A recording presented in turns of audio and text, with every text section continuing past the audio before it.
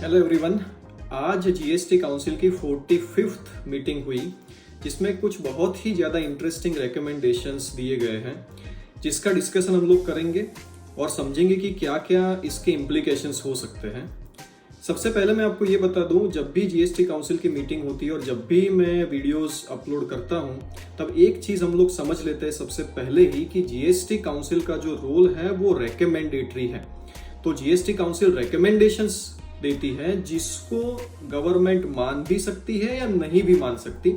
ज्यादातर केसेस में GST council के रिकमेंडेशंस को गवर्नमेंट मानती है और उसके बाद में जब नोटिफिकेशंस इश्यू होता है तभी हम इस रिकमेंडेशंस को, इस अमेंडमेंट्स को, इस प्रोविजंस को फाइनल मान सकते हैं। तब तक ये रिकमेंडेशन सिर्फ रिकमेंडेशंस हैं।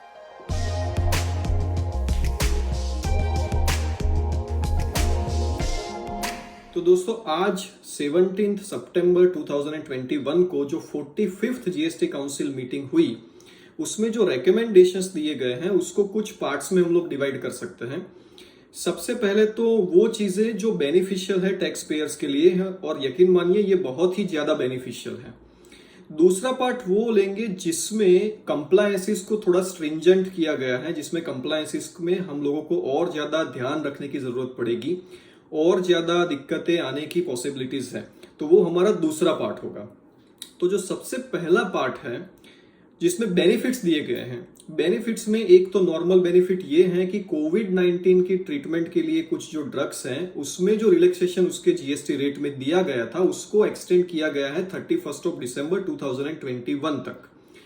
केरला हाईकोर्ट का जजमेंट था जिसमें केरला हाईकोर्ट ने बोला था, डायरेक्शन दिया था जीएसटी काउंसिल को कि भाई पेट्रोलियम प्रोडक्ट्स को भी जीएसटी में इंक्लूड करने की कोशिश करे, उसके रिलेटेड और उसके लिए कोई रिकमेंडेशन दे जीएसटी काउंसिल।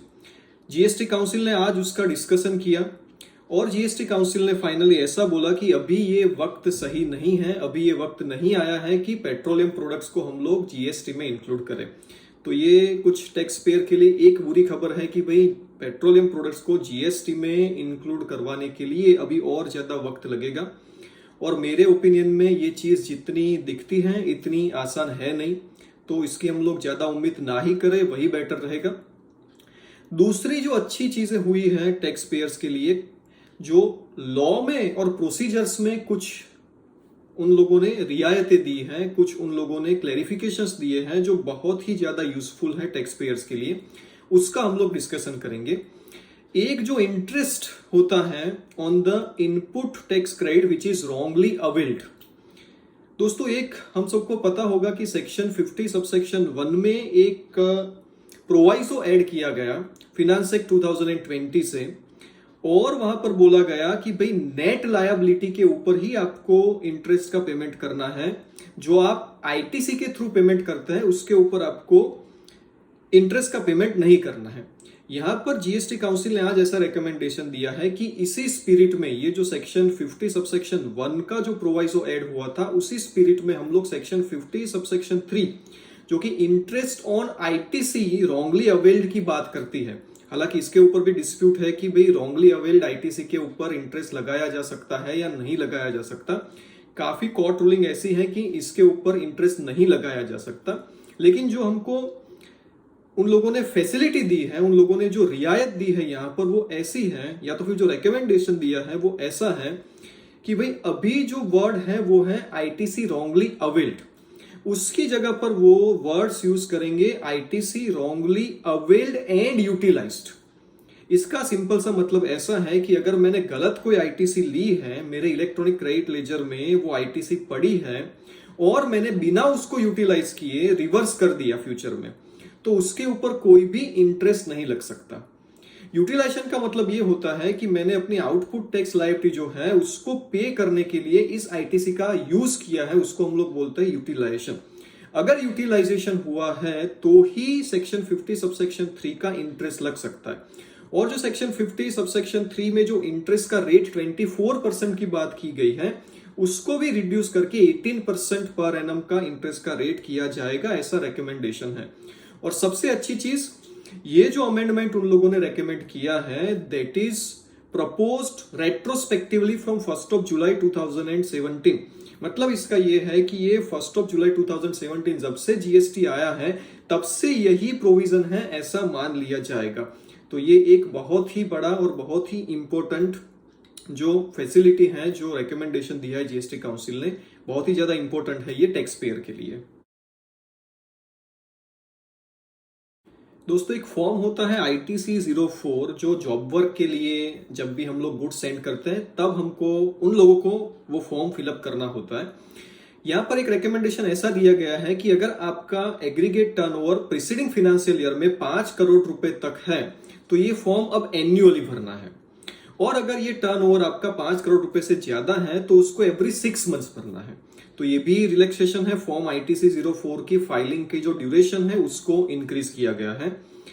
एक ऐसा भी रिलैक्सेशन दिया गया है, एक ऐसा रिकमेंडेशन दिया गया है यहाँ पर कि जिसके ऊपर हम लोग यकीन नहीं कर सकते, खास करके मैं तो बिल्कुल यकीन नहीं कर सकता कि ऐसा भी इतना अच्छा रिकमेंडेशन दिया जा सकता है जीएसटी में। बहुत ज्यादा यूजफुल, बहुत ही ज्यादा बेनिफिशियल है ये टैक्स पेयर के लिए।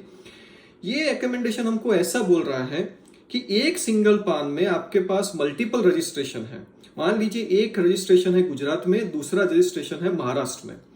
दोनों के कैश लेजर में सीजीएसटी और आईजीएसटी में कुछ बैलेंस पड़ा है, तो एक पर्सन दूसरे पर्सन को ये बैलेंस ट्रांसफर कर पाएगा अगर दो रजिस्ट्रेशन एक ही पान के अंडर में है। तो इसके रिलेटेड कुछ प्रोसीजर आएगी, कुछ नोटिफिकेशन आएंगे और उसके थ्रू ये चीज हो पाएगी।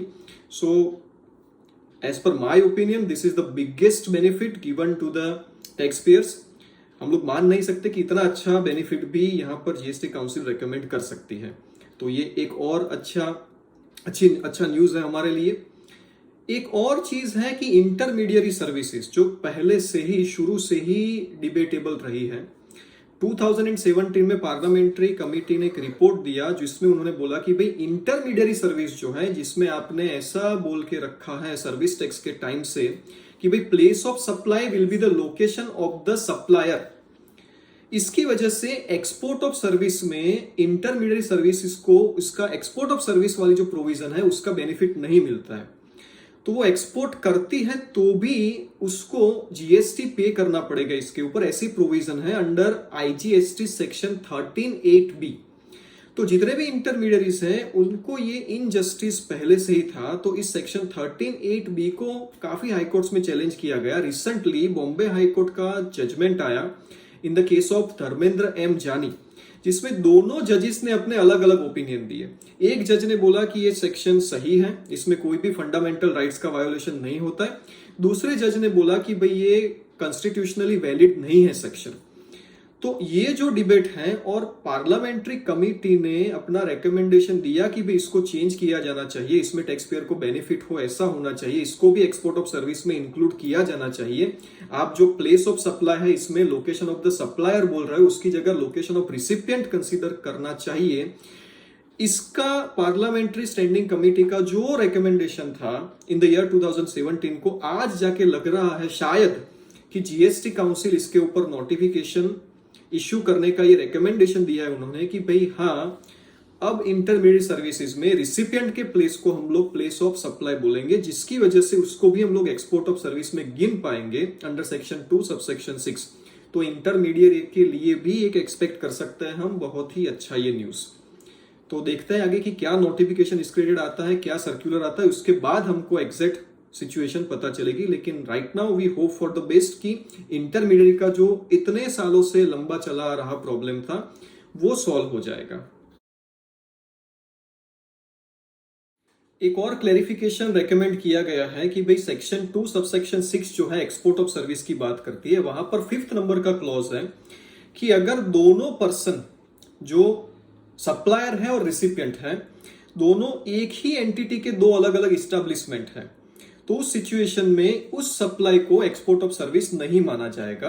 जैसे कि इंडिया में मेरी कोई हेड ऑफिस है और ब्रांच यूएसए में है, और हेड ऑफिस जो इंडिया वाली है वो यूएसए की ब्रांच को कोई सर्विस सप्लाई करती है, तो उस सिचुएशन में इसे हम लोग एक्सपोर्ट ऑफ सर्विस नहीं मान सकते और इसमें हम लोगों को आईजीएसटी का जो जीरो रेटेड सेक्शन 16 वाला जो प्रोविजन है वो एप्लीकेबल नहीं होगा। रिफंड भी अंडर सेक्शन 54 नहीं मिल सकता है। ये सिचुएशन है अभी। यहां पर क्लैरिफिकेशन की जरूरत इसलिए थी कि मान लीजिए इंडिया में कोई कंपनी है और उसी की कोई सिस्टर कंसर्न है, लीगल एंटिटी, ब्रांच नहीं है, एजेंसी नहीं है, लेकिन लीगल एंटिटी ही यूएसए में है। और अगर ये इंडिया वाली एंटिटी यूएस वाली एंटिटी को कोई सर्विस सप्लाई करती है तो क्या वो हिट करेगा by this clause 5 of section 2 subsection 6? क्या इसको भी हम लोग बोलेंगे कि नहीं, इसको एक्सपोर्ट नहीं मानेंगे? तो एक क्लैरिफिकेशन यहां पर ऐसा रेकमेंड किया गया है कि भाई ये जो रेस्ट्रिक्शन है क्लॉज 5 में, वो सिर्फ इस्टेब्लिशमेंट को, ब्रांच को, एजेंसीज को, उसी को एप्लीकेबल होगा।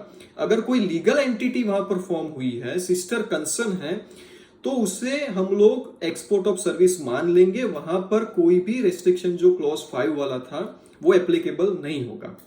हालांकि कुछ जुडिशियल व्यूज ऐसे सर्विस टेक्स्ट में भी थे कि अगर लीगल एंटिटी है तो establishment of the same person नहीं माना जा सकता। उसी लाइन में ये रिकमेंडेशन यहां पर होगा, जिसकी वजह से लिटिगेशंस काफी कम हो गए जीएसटी में इस सब्जेक्ट के रिलेटेड।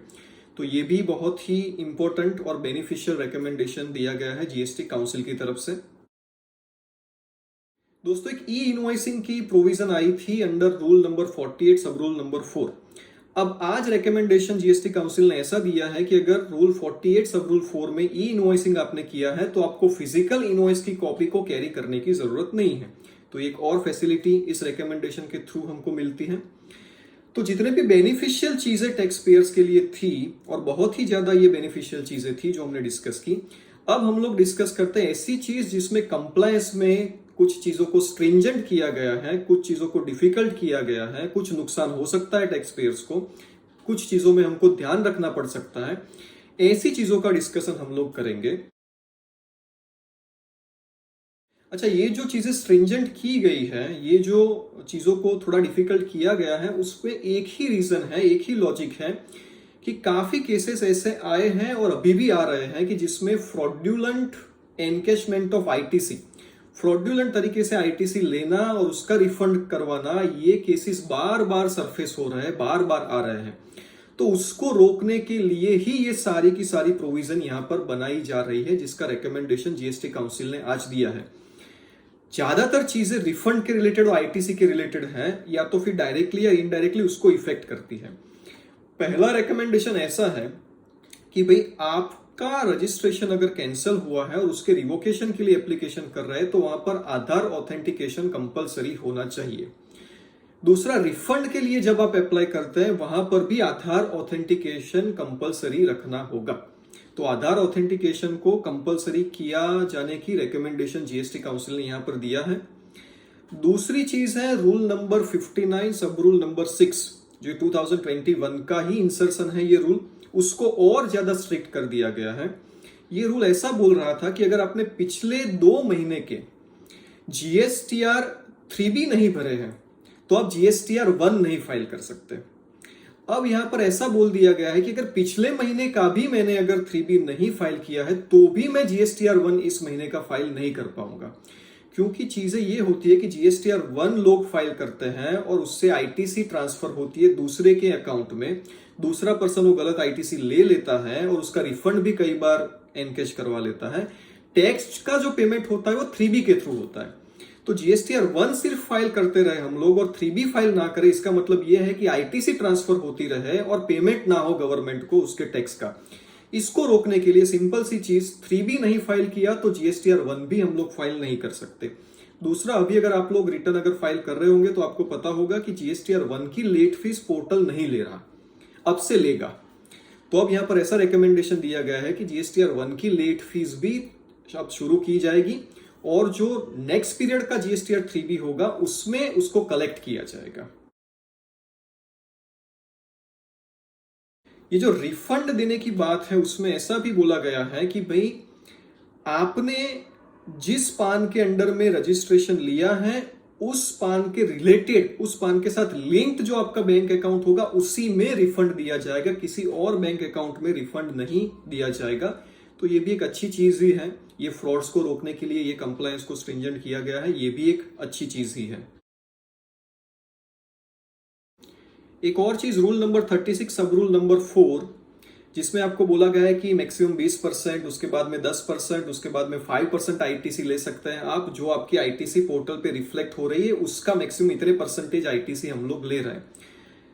आपको पता होगा कि फिनांस एक्ट 2020 से सेक्शन 16 सबसेक्शन 2 में एक और क्लॉज ऐड कर दिया गया, एक और कंडीशन ऐड कर दी गई थी, क्लॉज ए, कि जिसमें ऐसा बोला गया था कि भी सप्लायर ने अगर अपने इनवॉइसेस को अपलोड किया है और आपके पोर्टल में वो रिफ्लेक्ट हो रहा है तो ही आप एलिजिबल है आईटीसी के लिए। हालांकि इस क्लॉज को अभी तक नोटिफाई नहीं किया गया है। रिकमेंडेशन ऐसा दिया गया है कि जब भी इस क्लॉज को नोटिफाई किया जाएगा तब ये जो 5% वाली कंडीशन है 36(4) में वो भी चली जाएगी, और अगर आपकी आईटीसी पोर्टल में रिफ्लेक्ट हुई तो ही आप एलिजिबल है आईटीसी के लिए। ये रिकमेंडेशन दिया है जीएसटी काउंसिल ने। तो जो चीज रिफ्लेक्ट नहीं हुई पोर्टल पर उसकी आईटीसी हम लोग नहीं ले पाएंगे। कौन सी तारीख से? जब से ये जो नया क्लॉज है ए नंबर का जो सेक्शन 16 सबसेक्शन 2 में इंसर्ट किया गया है थ्रू फिनांस एक्ट 2020, ये जब नोटिफाई होगा उस तारीख से। तो कुछ चीजें बेनिफिशियल, कुछ चीजें कंप्लायंस को स्ट्रिंजेंट किया गया। हम लोग एक्सपेक्ट करते हैं कि आने वाले दिनों में, आने वाले एक हफ्ते में या 10 दिन में काफी अच्छे नोटिफिकेशंस आएंगे और सर्कुलर्स आएंगे। तो उस टाइम पे हम उस नोटिफिकेशंस की और सर्कुलर का भी डिस्कशन करेंगे। Thank you very much friends. आपको कोई क्वेश्चन है तो आप कमेंट बॉक्स में पूछ सकते हैं। Thank you very much.